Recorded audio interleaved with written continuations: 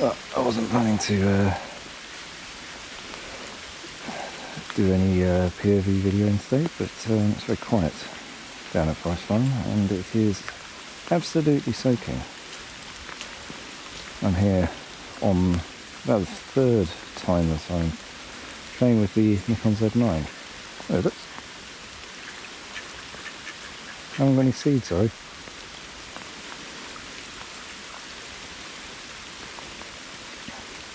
As you can see, all the lily pads are starting to come up. I still somewhat see into the water.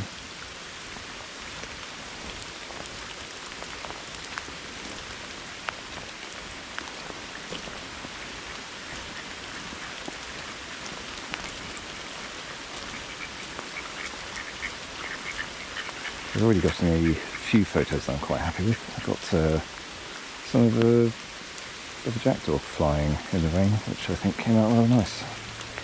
One of my favourite sorts of shots is a bird in flight in the rain.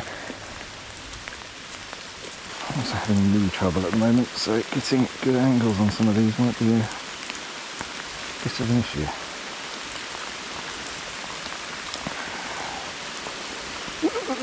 Oh no, that's not going to happen.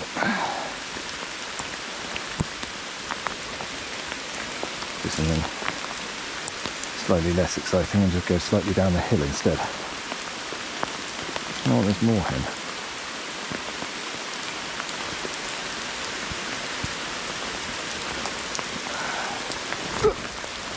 Oh, it's not going to do my knee any good if I fall down.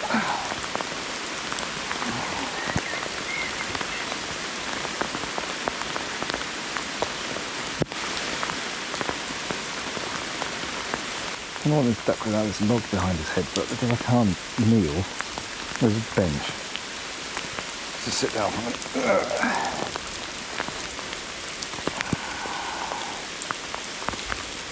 I thought we've got the moorhen behind him today.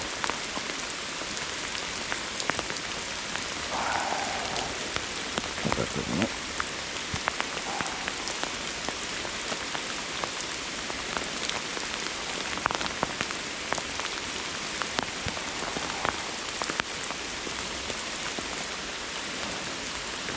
I also have to put up with my hood scraping on the light hazard. The ducks are convinced that I've got food, but I do not.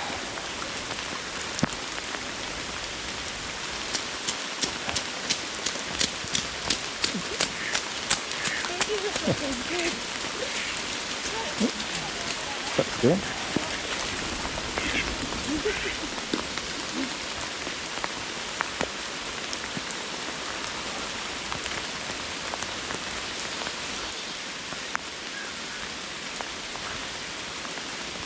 Two ducks just landed up on a tree branch up there, which I see them do here quite a lot. I didn't even know ducks could perch.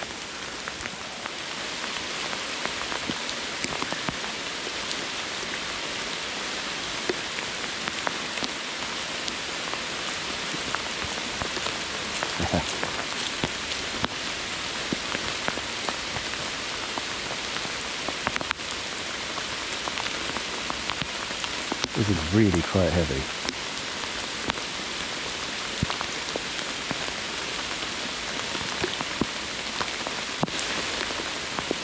So I had the OM1 out in rain much like this, in fact even heavier than this, and it was still perfectly functional. I did end up with a bit of condensation inside the eyepiece because I was taking a teleconverter on and off, which was stupid.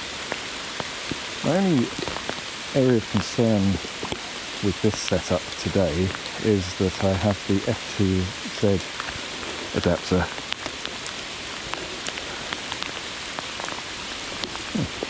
When will those come out?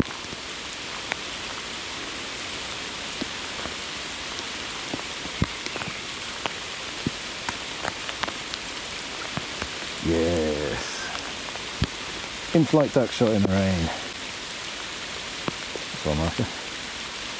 Despite the potential risk to equipment, this is by far and away my favourite weather to photograph in. It's quite bright, the rain is dramatic and constant, and all the birds are out. Ducks in particular are pretty reliable in weather like this. And why shouldn't they be?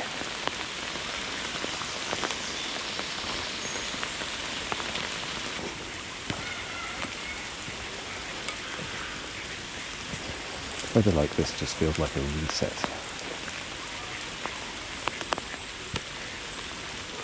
With the humidity, I find it remarkably relaxing to be out in, and it kills off all the noise of the city.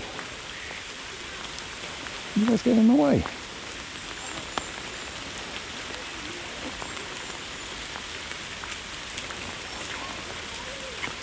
You get together. Come on.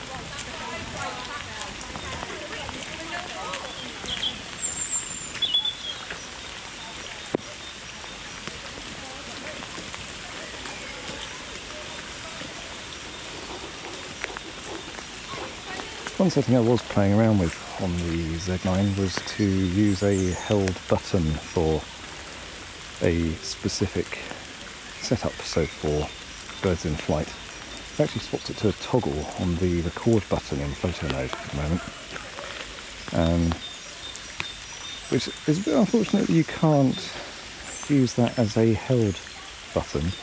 Like all modern cameras, there's weird limitations on which button can be used for what. And I've never quite understood why. But yes, you can't use the record button for functions that have to be held down. Yeah, that's these. Okay. The ducks and their flight paths along here are quite hard to predict because they come down through the trees at certain points, but it's never consistent. Some of the ducks like a proper vertical descent down into the water.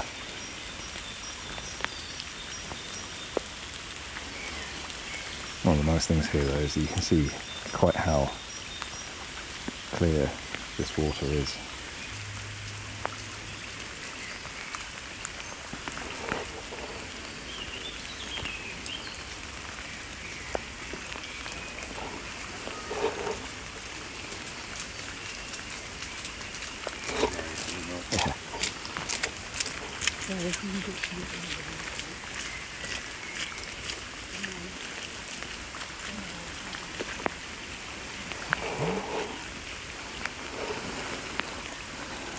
One interesting thing is usually for wildlife you obviously want to get down low, kind of to the animal's level, but when it comes to here you can't see the base of the lilies if you're shooting across the water because there's too much reflection unless you put a polarizer on. And so I quite like shooting down at a sort of 45-degree angle, not just because I'm crippling myself by trying to kneel, but because you get to see the depth through the water, and I think it's a kind of interesting perspective.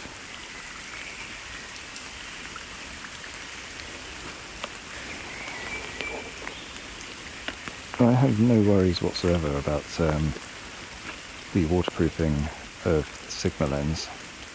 I've had this lens before, albeit the Canon mount version, and used it multiple times in weather worse than this. Never had an issue with it. Aside from the weight, it's a brilliant lens. But the weight is insane. It's about 2.8 kilos, I think, for this DSLR version. But if you shoot Sony or L mount, the mirrorless version of this is like 700 grams lighter, and I've got a previous video about it, which I'll put a link somewhere. I definitely don't know which side I should be pointing to when doing POV videos. But that's a good lens.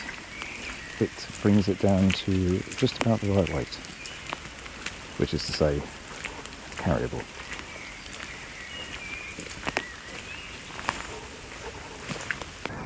On the subject of the toggleable settings on a button, I had the same thing set up on the OM1, and it worked pretty well, but the problem on the OM1 was that it had to finish writing the buffer in the mode that you'd take the photos in. So if you were in your birds in flight mode and you took a big burst of photos, you had to wait for them to finish being written and the buffer cleared before it would let you swap into your birds in a tree mode, which is kind of irritating. This camera is not working quite the same. It's not doing them as custom modes. Instead, you are just overriding a group of settings. And so far, I have only one mode. I am not using the other shooting sets. I'm just using set A. I changed the normal settings and I've just got a button to recall birds in flight settings, which are the ones I might need suddenly if I see something flying around. Oh, I thought you stood in the middle of a path in a puddle. Can you move? Come fast. Okay. I'm hoping that with my new mounting setup using these small rig hawk locks that you won't be getting nose cam quite as often. I did have to crop the video quite a lot to get my nose out of it in my previous POV video.